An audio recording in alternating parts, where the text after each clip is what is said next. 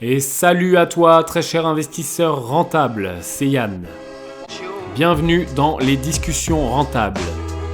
Les Discussions Rentables, une série d'interviews inspirantes pour passer à la vitesse supérieure dans l'immobilier. Avant d'accueillir notre invité du jour, tu peux rejoindre des milliers d'investisseurs immobiliers en cliquant sur le bouton s'abonner. Tu peux également réserver gratuitement ton exemplaire de mon livre. Le lien est dans la description. Ok, les discussions rentables, c'est maintenant, c'est parti.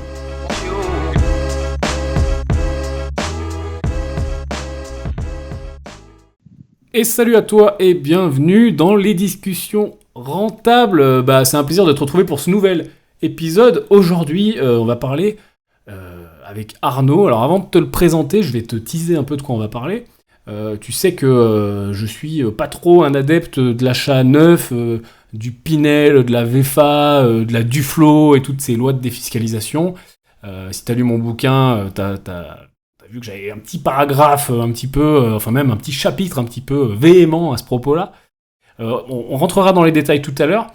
Si t'es pas encore abonné à cette chaîne ou à ce podcast, clique un petit peu partout autour de cette vidéo ou de ce podcast. Et salut à toi Arnaud, comment ça va ? Salut Yann, écoute, ça va très bien, merci. Bon, merci d'avoir accepté cette interview. Est-ce que tu peux rapidement te présenter un petit peu ce que tu fais dans la vie, etc. aux gens qui nous écoutent ? Ouais, bien sûr. Donc je m'appelle Arnaud, j'ai 41 ans, je suis marié, 2 enfants. Bon père de famille et voilà, je suis assistant de direction dans un grand groupe international qui s'occupe de l'audit et de fiscalité. Ok, bon alors t'es quelqu'un qui a des bonnes notions en fiscalité, j'imagine. Non, pas du tout. J'ai des bonnes notions en organisation et en secrétariat, mais je laisse la fiscalité, enfin du moins je m'en occupe dans mes investissements, mais je laisse les grands groupes s'occuper des grands groupes. D'accord, ça marche. Alors, est-ce que tu peux nous parler de ton histoire ? Et justement, on parlait de défiscalisation, on parlait de programme neuf. Alors, qu'est-ce qui t'est arrivé ? Alors, comme tout bon couple ayant des enfants, à un moment, on se pose des questions sur son avenir. Donc, je voulais investir avec ma femme dans l'achat d'un appartement. Et donc, j'ai consulté mon banquier, comme chacun fait en préparant son projet, et pour connaître ma capacité d'emprunt. Ok. Et donc, j'ai vu mon banquier qui m'a tout de suite vendu des produits de défiscalisation qui étaient Duflo à l'époque, parce que c'était en 2015, et qui est devenu Pinel par la suite. Ok. Voilà, et donc, n'étant pas formé à tout ce que je connais maintenant sur les investissements et surtout sur le locatif, j'ai fait l'erreur de le suivre. Ouais. Et donc on a acheté un appartement, un T2 neuf à Strasbourg, qui doit être livré en septembre de cette année. Alors attends, c'est carrément le banquier qui t'a trouvé l'affaire ? Comment ça s'est passé ? Il était en bisbille avec un constructeur ? Il y avait un partenariat ? En fait, ma banque, c'est le Crédit Mutuel, et donc il participe un peu au financement des promoteurs dans la région strasbourgeoise. Et donc, c'était un produit qu'il avait dans son catalogue pour aider les promoteurs à remplir leur carnet de commandes. Aïe. Bon alors, juste, je fais un toute petite aparté aux gens qui nous écoutent. C'est vrai que, tu vois, à mon avis, ce qui a précipité un petit peu tout, c'est que tu allais demander conseil à ton banquier finalement, alors que t'avais encore aucun projet, et t'es tombé pas forcément sur la bonne personne qui t'a bien conseillé, t'es plutôt tombé sur quelqu'un qui a voulu faire vite et bien, parce que les banquiers c'est comme n'importe quel boulot, hein, c'est des mecs qui travaillent, ils ont des objectifs, il faut qu'ils vendent des produits, il faut qu'ils atteignent leurs objectifs, et il t'a vu arriver, il s'est dit tiens, on va pouvoir vendre un appart. Sûrement, ouais. En plus, particularité de notre situation, c'est que mon épouse est gendarme. Donc, les gendarmes étant logés par nécessité de service, Tout à fait. on ne peut pas bénéficier d'une résidence principale tant qu'elle est en service. Ça, c'est un point que j'aime mettre en avant parce que souvent, les banquiers essayent de financer tout d'abord la résidence principale avant de financer des produits d'investissement locatif. Ouais, tout à fait, ouais, c'est aussi souvent le discours qu'on entend. Ouais, bah, après, il a dû se frotter les mains, j'imagine, le banquier, parce que bon, il t'a vu arriver toi avec une bonne situation professionnelle stable, il a vu arriver avec ta femme avec une situation professionnelle aussi très stable. Il s'est dit, ah voilà, des bons clients pour moi, on va pouvoir faire de la défiscalisation. Bon, alors parle-nous un peu des chiffres, et le truc, c'est ce qui est intéressant surtout dans ton histoire, bon, c'est pas trop l'erreur entre guillemets, parce que d'ailleurs, on va rentrer un peu plus dans les détails, on verra que c'est pas forcément une erreur. Me faites pas dire ce que j'ai pas dit, parce que je sais ce qui va encore se passer dans les commentaires. Oui, mais Yann, nana, on va en parler dans les détails. C'est pas forcément une erreur, mais là, pour le coup, ça a été une erreur. Mais ce qui est intéressant aussi dans ton histoire, c'est que tu t'en es rendu compte finalement assez vite, puisque l'appartement est pas encore livré et tu t'en es déjà rendu compte. Et tu as réussi, surtout, et c'est là que je te tire mon chapeau, à redresser la barre, parce qu'il y a énormément d'investisseurs qui ne redressent pas la barre. Alors, rentre dans les détails, explique-nous un peu ce qui s'est passé. Bien, alors donc on a eu l'obtention d'un prêt de 165 000 euros. De notre côté, on avait fait un apport de 14 400 euros entre un PEL et un petit peu de liquidité. Et voilà, donc le montant total de l'appartement nous revient à 179 400 euros.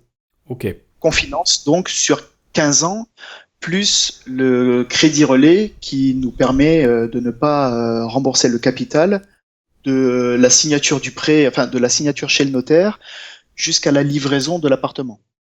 Ouais, tout à fait, pour attendre d'avoir des loyers, pour payer les mensualités pleines. Ok. Et le loyer projeté, ça sera combien ?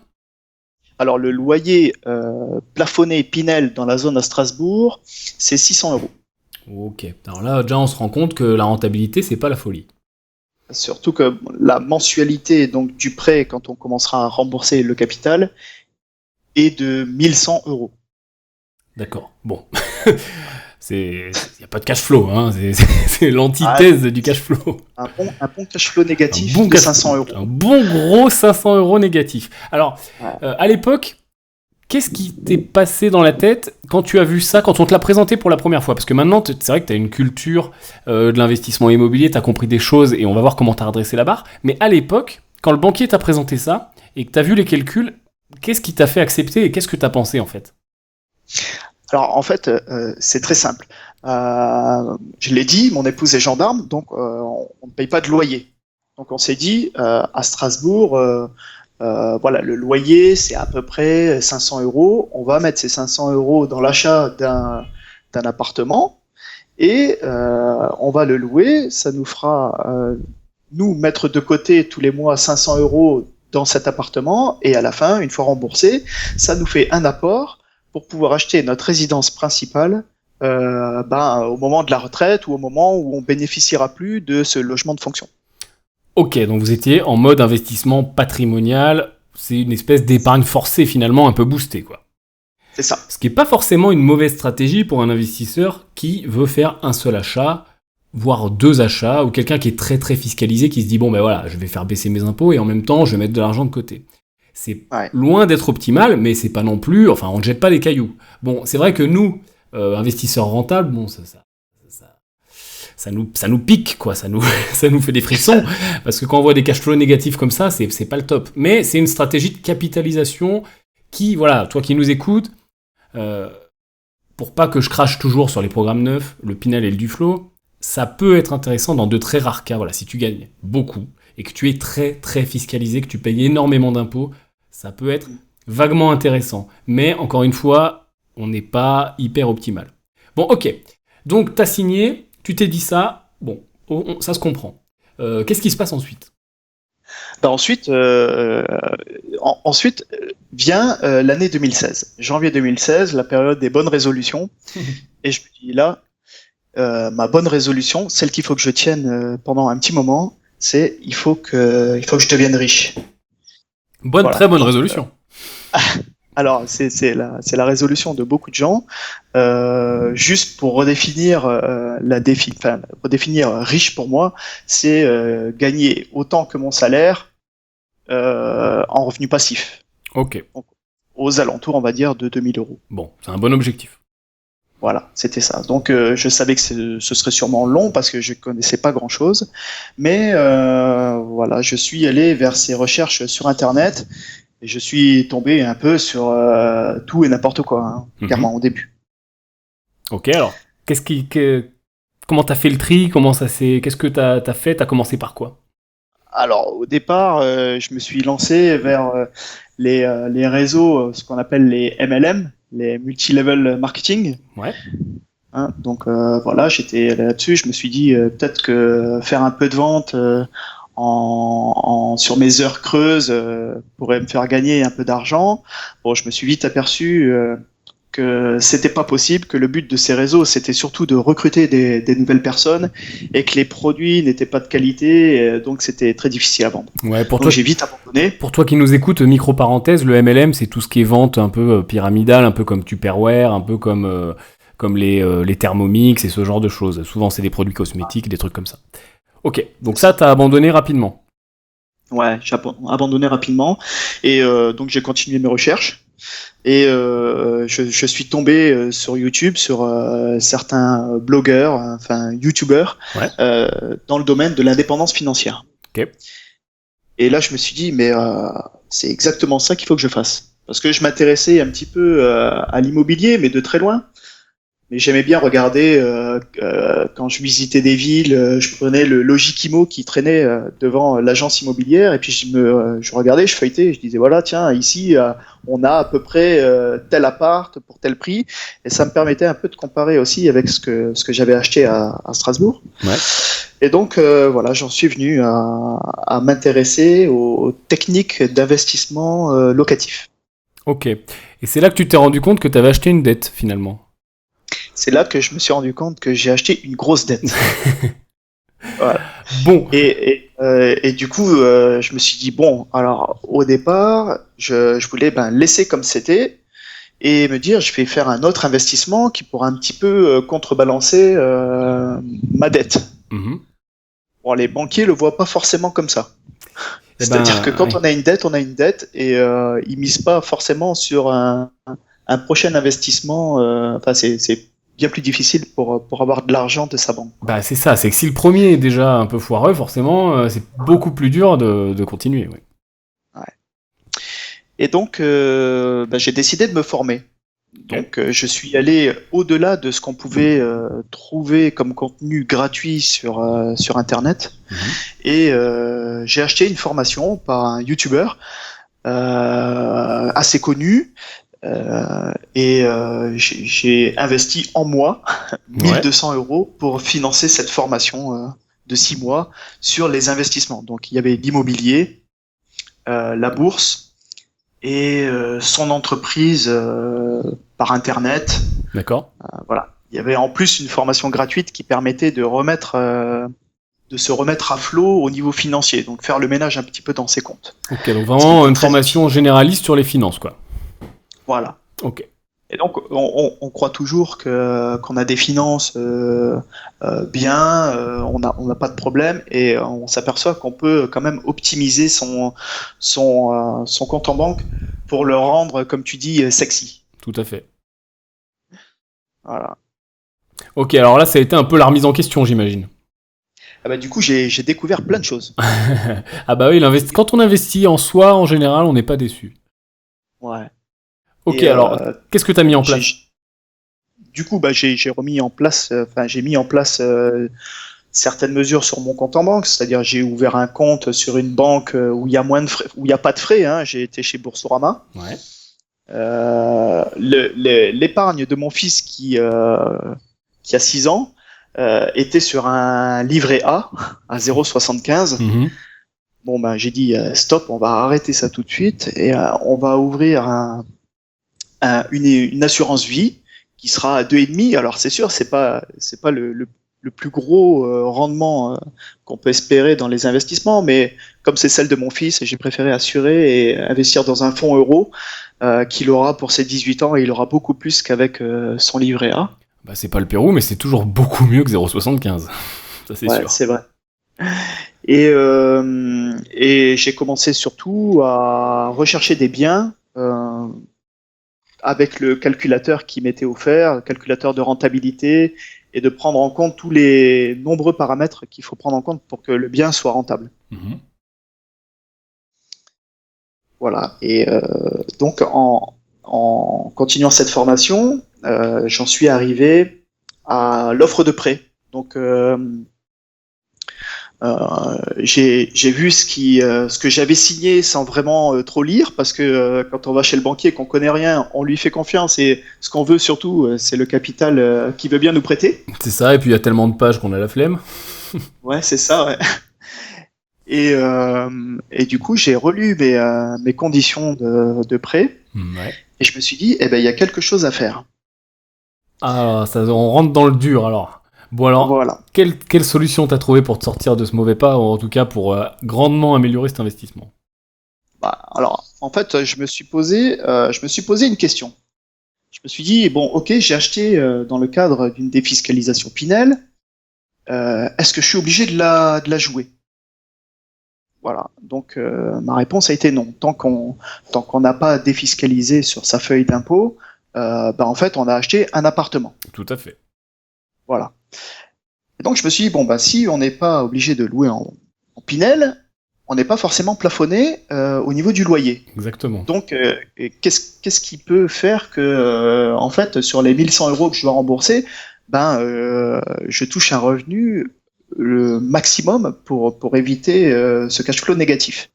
Ah, c'est souvent. L'optique, c'était pas de gagner de l'argent, c'était d'en perdre le moins possible à la fin du mois. C'est ça. Mais c'est souvent le piège justement des programmes neufs. C'est qu'on regarde que, et c'est ce que tu as fait au début, on regarde que la défiscalisation, et on se pose pas de questions, le plafond, etc. Et puis on se rend compte que quand on ouvre un peu son esprit, qu'on arrête de regarder que la défiscalisation, suivant les cas, encore une fois, ça dépend de ton niveau d'impôt, et ben finalement on peut faire un meilleur montage sans profiter de la défiscalisation.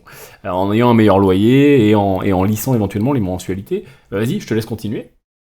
Ouais. Et donc, c'était aussi un peu pour ça, c'est que j'avais pas assez d'impôt sur le revenu pour que ce soit réellement profitable. Ouais. Voilà. Donc j'ai relu ces conditions sur mon offre de prêt. Et non, avant ça, je me suis intéressé au logement meublé. Je me suis dit, tiens, c'est un logement qui est bien situé. Et, pour le coup, c'est du Pinel, mais c'est pas une grosse barre de bâtiments où il y a que du Pinel. C'est un mélange de Pinel, de résidence principale, voilà. Et il est super bien situé. C'est-à-dire à Strasbourg, il est, on va dire, à la frontière de l'Allemagne, où le tram est en train de s'élargir jusqu'en Allemagne. Donc à côté d'un super jardin où tout le monde fait du sport, et à 10 minutes du centre-ville de Strasbourg.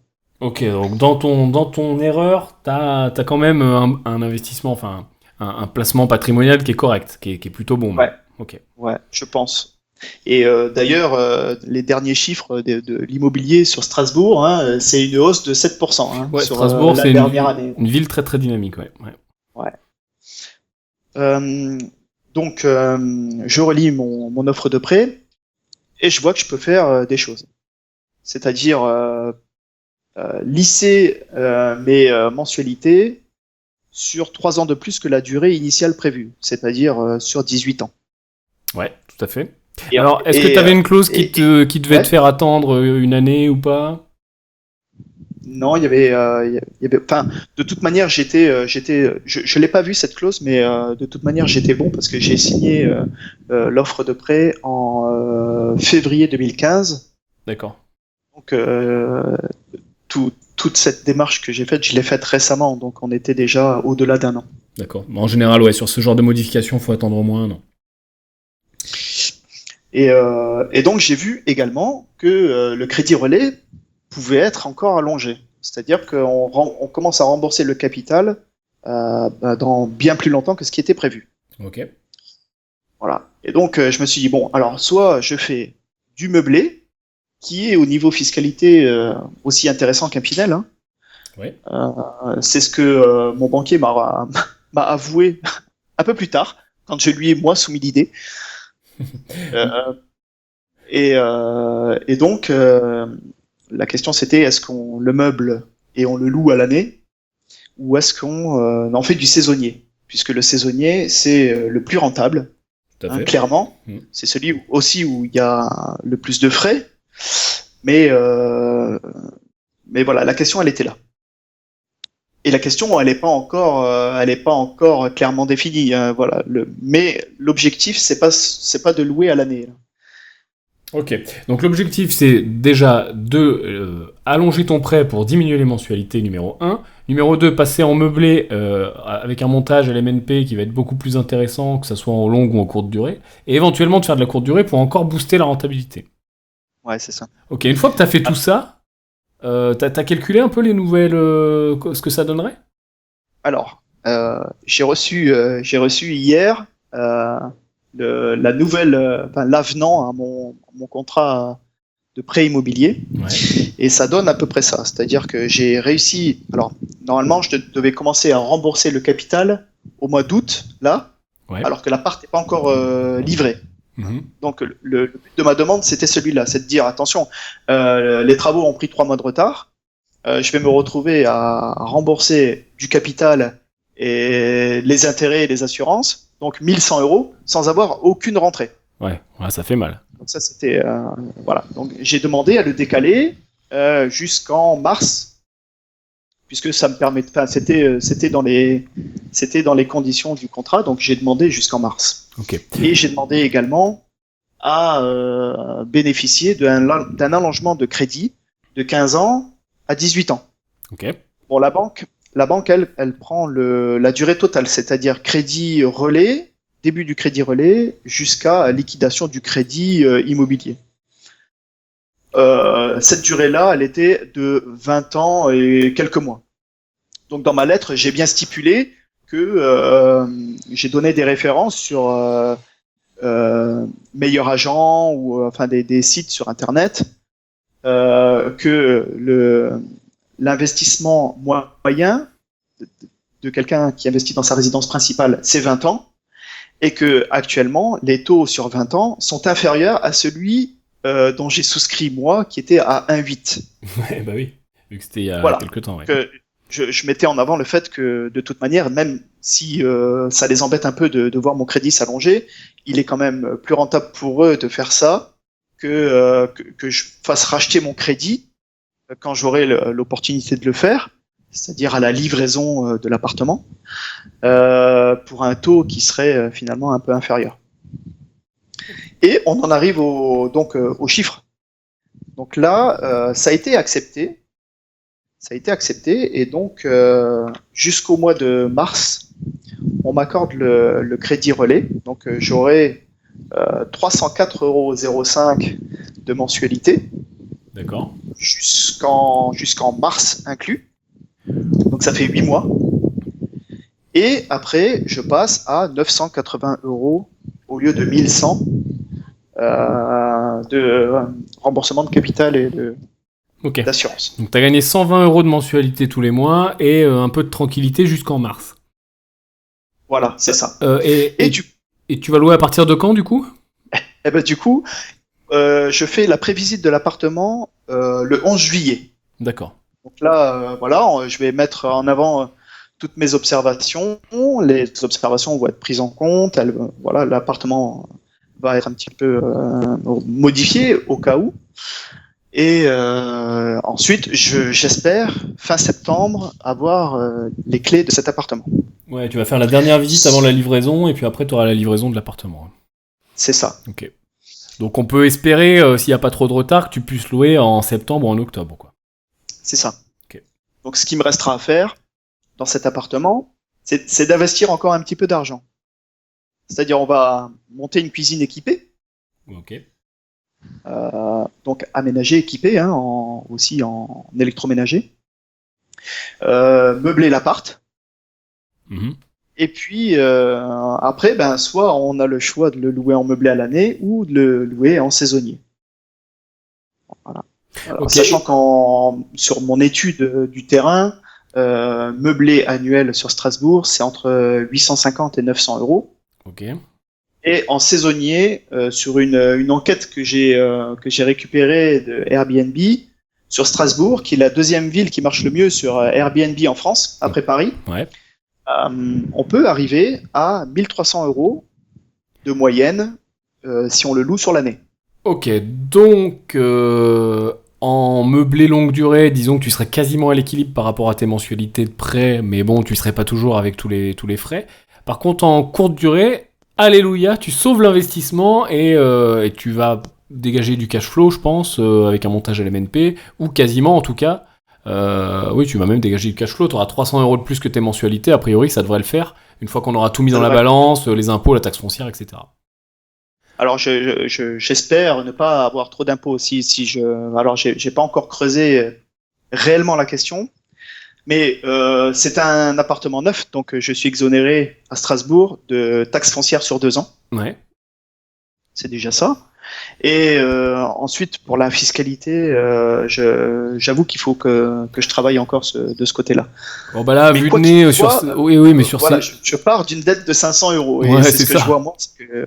Là, je vois quand même un plus arriver quelque part. Tu pars d'une dette de 500 euros et là tu vas être avec... Mais oui, tu vas... De toute façon, les premières années, là, avec un montage en LMNP sur ces niveaux de prix, tu vas pas payer d'impôts pendant 3, 4, 5 ans. Voilà. Enfin, issu du LMNP, hein, pas issu de tes revenus perso, mais... Donc, oui, tu vas être à l'équilibre, tu vas même dégager du cash flow. Donc, tu sauves cet investissement. Tu passes en mode moins 500 à un peu de cash flow à définir, mais bon, a priori, 100, 200 euros de cash flow une fois que tu auras tout enlevé. Donc, well done, bien joué, parce que c'était vraiment pas gagné. Hein. Bon, il y a juste un souci. Ah. Alors, le souci, c'est que moi, j'habite dans la région parisienne. Ouais, ok, donc oui, il y a la gestion. Voilà, la gestion. La gestion d'un logement en meublé annuel, ça pose pas trop de soucis, on le met en agence et puis c'est réglé. Ouais. Le saisonnier, c'est un petit peu plus dur. Donc, alors, quelle stratégie t'as prévu là-dessus ? Donc, j'ai recherché un peu les conciergeries, tout ça sur Internet, et je suis tombé sur un prestataire qui s'appelle B&B Lord, qui dépend des réservations majoritairement d'Airbnb, mais un peu aussi de Booking et de Abritel, enfin certaines plateformes. Et il propose donc de prendre en charge la totalité de la gestion, c'est-à-dire la check-in, check-out, ménage. Check-out plus le changement des draps, tout ça. Ok.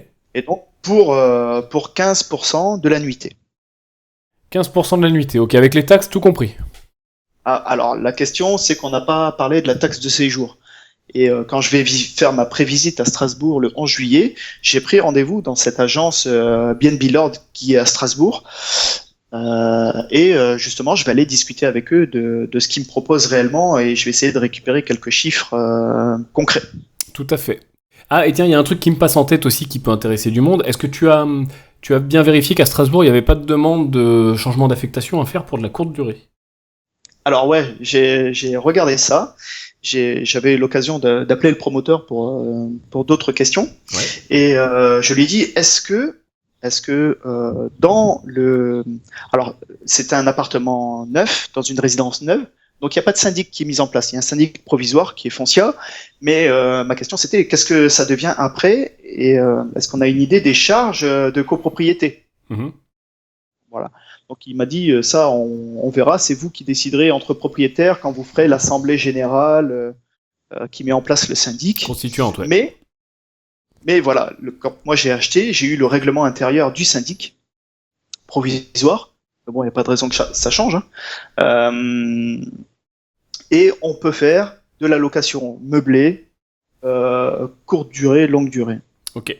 Alors je vais donner... Alors de toute façon, tiens, je vais donner deux, trois tips, 2-3 astuces. Si tu as rien de précisé dans le règlement de copropriété, a priori c'est autorisé. Et il y a aussi une clause qui a été traitée en jurisprudence, c'est-à-dire que si la location courte durée est interdite, mais que dans l'immeuble on autorise les professions libérales, donc médecins, avocats, etc., et toutes ces professions qui reçoivent du public. La clause qui interdit le courte durée, en fait, est nulle, puisque le législateur considère que les nuisances sont les mêmes, en termes de clientèle, etc., et de passage dans les communs, pour la courte durée et pour le libéral. Donc si le libéral est accepté dans vos copros, toi qui nous écoutes et toi aussi, Arnaud, eh bien, de fait, tu as le droit de faire aussi de la courte durée. Voilà. Il y a ça auquel je pensais. Il y a une deuxième chose, c'est les demandes de changement d'affectation. Attention, dans certaines villes, et c'est pour ça que Strasbourg, je sais pas, il faut se renseigner, il faudrait que tu appelles la mairie, le service de l'urbanisme. Dans certaines villes, notamment les grandes, pour faire de la courte durée, il faut faire ce qu'on appelle une demande de changement d'affectation, alors temporaire, provisoire ou définitive, qui consiste à dire ok, je me déclare en courte durée et la mairie est au courant et comme ça ils vont calculer tout ce qui est taxe de séjour, etc. Et j'ai une autorisation pour le faire. Donc ça c'est indépendant du règlement de copro, hein, c'est une autorisation de la mairie. Donc ça il faut vérifier. Et c'est tout. J'en avais une autre mais je l'ai reperdue mais ça va me revenir. Qu'est-ce que tu voulais dire par rapport à ça ? Et bah du coup, voilà, je pense que si jamais je le fais en saisonnier, j'ai quand même cet organisme, ce prestataire qui peut m'enlever l'épine du pied tout en restant en région parisienne. Je peux me servir de lui pour être tranquille. Mmh. Et en plus de ça, comme j'ai un accès sur une plateforme aux réservations, je peux bloquer certains week-ends, moi, pour me réserver mon appart et voir un petit peu dans l'état où il est. Et je trouve ça pas mal parce que quand on a un meublé à l'année, ben on peut pas le faire, on peut pas sortir le locataire pour regarder un peu ce qu'il en est. Tout à fait, c'est une très bonne stratégie. Et puis pour voir comment fonctionne ton prestataire, voir un peu comment il gère, etc. Tu te réserves à toi-même. Bon après t'annules, hein. Mais voir un peu comment il gère, voir un peu comment il traite les gens, faire un peu le client mystère, ouais, c'est pas mal du tout. Et puis d'aller voir aussi sur place, hein, sur des périodes creuses, voir l'état général, et est-ce qu'il gère bien le ménage, est-ce qu'il gère bien les inventaires, est-ce qu'il n'y a pas des trucs cassés, etc. Il faut quand même garder un œil sur ces investissements, même quand on délègue, que ça soit de la courte ou de la longue durée, hein, quand on délègue à une agence, il faut quand même essayer de garder un œil, c'est bien de garder un œil. Ouais. Ok, dis-moi, vas-y. Ouais, j'avais encore un truc, du coup... Eh ben, je sais plus.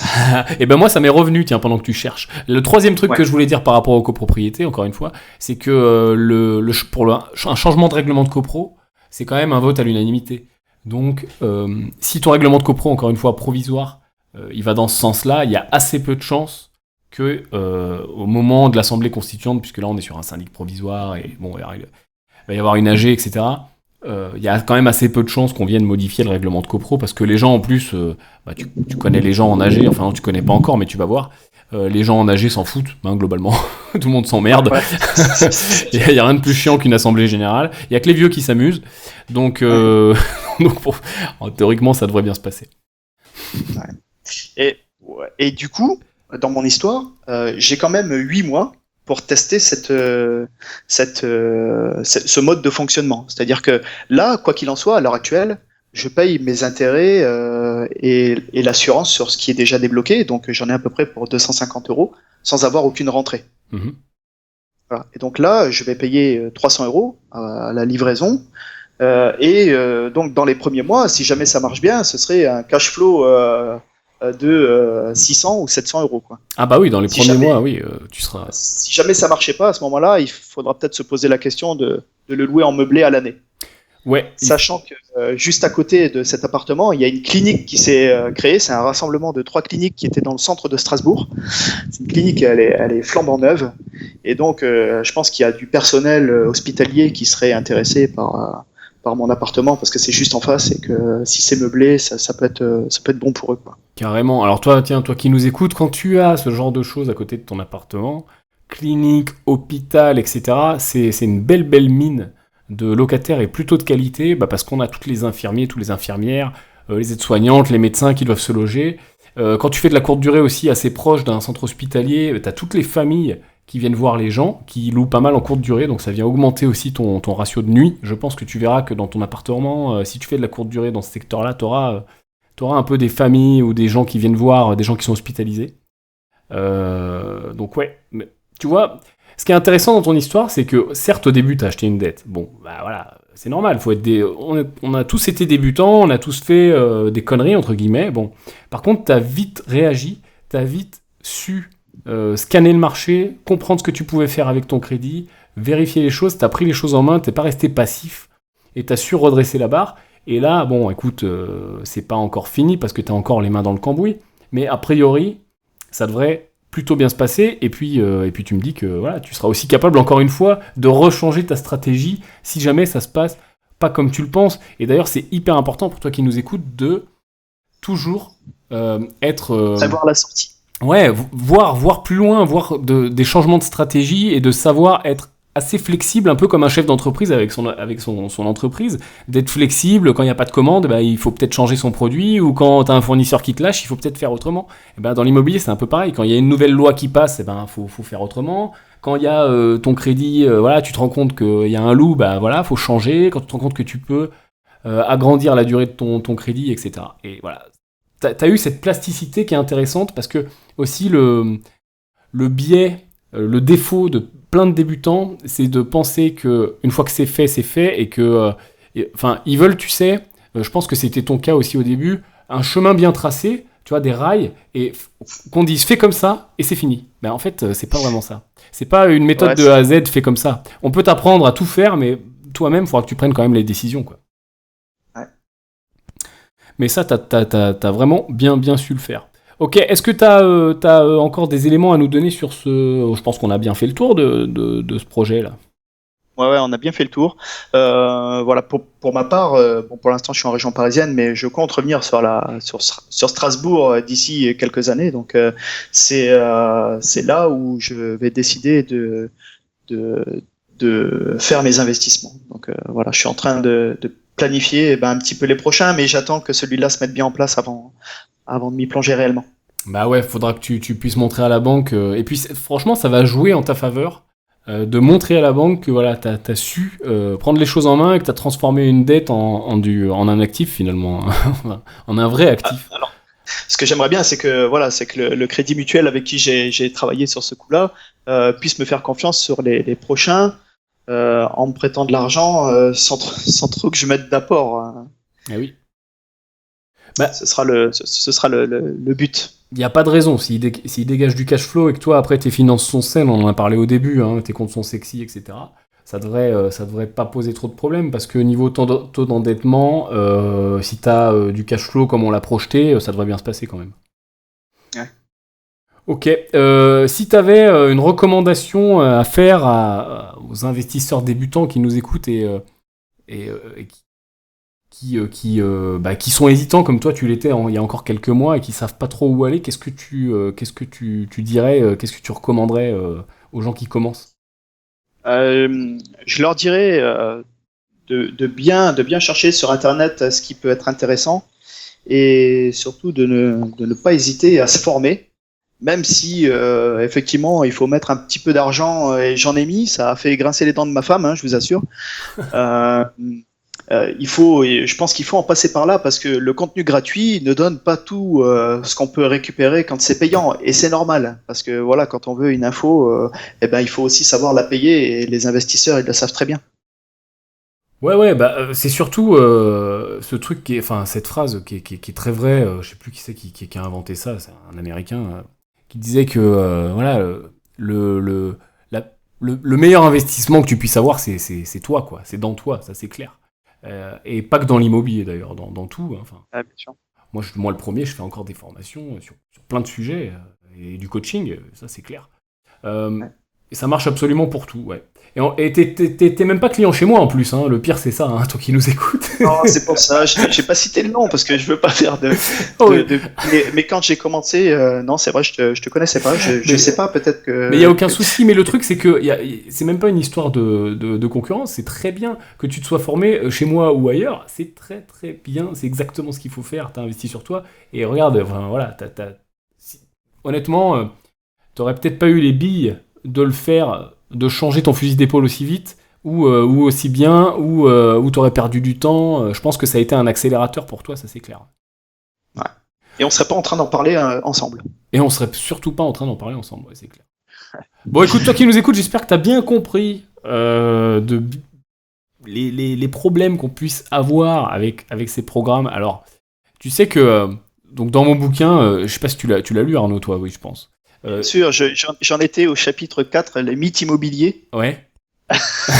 Qui parle justement du Pinel. Et ben justement, dans ce chapitre-là où je parle du Pinel, et d'ailleurs on peut un peu mettre dans le même sac tous les programmes neufs du Flow, etc.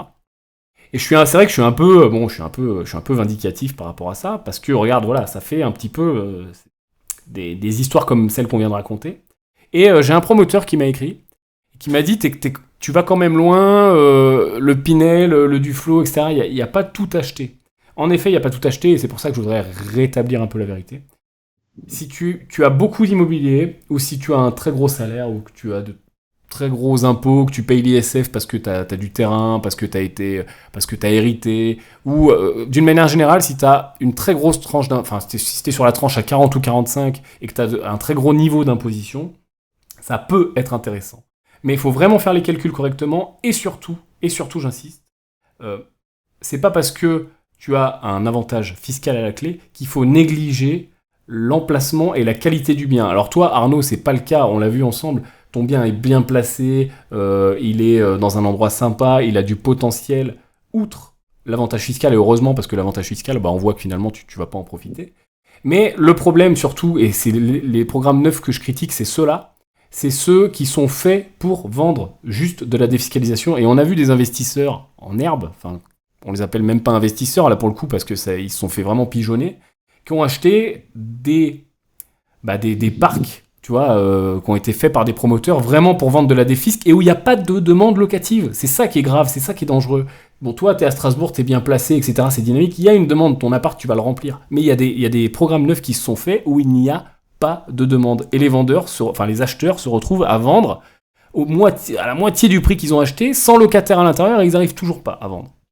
Donc, attention. Et d'ailleurs, attention quand tu vois sur le Bon Coin, j'ai eu des questions aussi, quand tu vois sur le Bon Coin des apparts neufs qui sont vraiment peu chers, c'est ça, c'est des Pinel et des Duflo foirés qui sont vendus par les acheteurs, et il y a très très peu de potentiel locatif, donc attention. Donc voilà, faut pas mettre tout dans le même sac, mais quand même, il y a eu une espèce de ruée vers l'or qui s'est fait au début de ces programmes, et où on a fait plutôt de la quantité que de la qualité. Et on a l'impression aussi que je regarde beaucoup les pubs à la télé et on en reparle beaucoup en ce moment. Bah oui, parce que tout a été prolongé d'1 an. Voilà. Ouais, parce que le nouveau gouvernement a envie de relancer un peu le marché, qui se porte plutôt bien d'ailleurs en ce moment, et ils ont prolongé tous les dispositifs d'1 an. Donc il y en avait qui devaient s'arrêter, je crois que le Pinel devait s'arrêter, ils l'ont repoussé d'1 an, ou je sais plus lequel. C'est ça. Ouais, c'est ça. Donc voilà, donc on en reparle, ouais. Donc attention. Mais encore une fois, il faut étudier, il n'y a pas de vérité universelle, c'est comme est-ce qu'il faut faire une SCI, oui ou non, il n'y a pas de vérité, il n'y a pas de oui, il n'y a pas de non, ça dépend des cas. Ok, Arnaud, merci beaucoup pour ton témoignage. Merci à toi, Yann. J'espère que ça aura fait surtout avancer des gens qui nous écoutent et qui se posaient des questions, et je te souhaite le meilleur pour cet investissement qui est sur la fin, puis j'espère que ça va dégager du cash flow comme tu l'as prévu, et a priori en courte durée sur ce genre de secteur dynamique, je me fais pas trop de soucis. Ok, je te promets de donner des nouvelles prochainement, dans les mois qui viennent. Carrément, donne des nouvelles, et s'il y a des questions dans les commentaires, et si tu viens faire un tour sur YouTube, tu pourras répondre aux gens s'ils te posent des questions, et puis éventuellement donner des nouvelles. Et puis, qui sait, on se reverra peut-être en interview pour ton 2e ou pour ton 3e. Ça serait bien que ton 2e soit le montage parfait. Du cash flow du premier. Voilà, c'est ça. Ok Arnaud, je te remercie. Je te dis à bientôt. Et toi qui nous écoutes, je te remercie aussi. Apporte ton pouce à l'édifice. Like, partage, love, flex. Et à plus.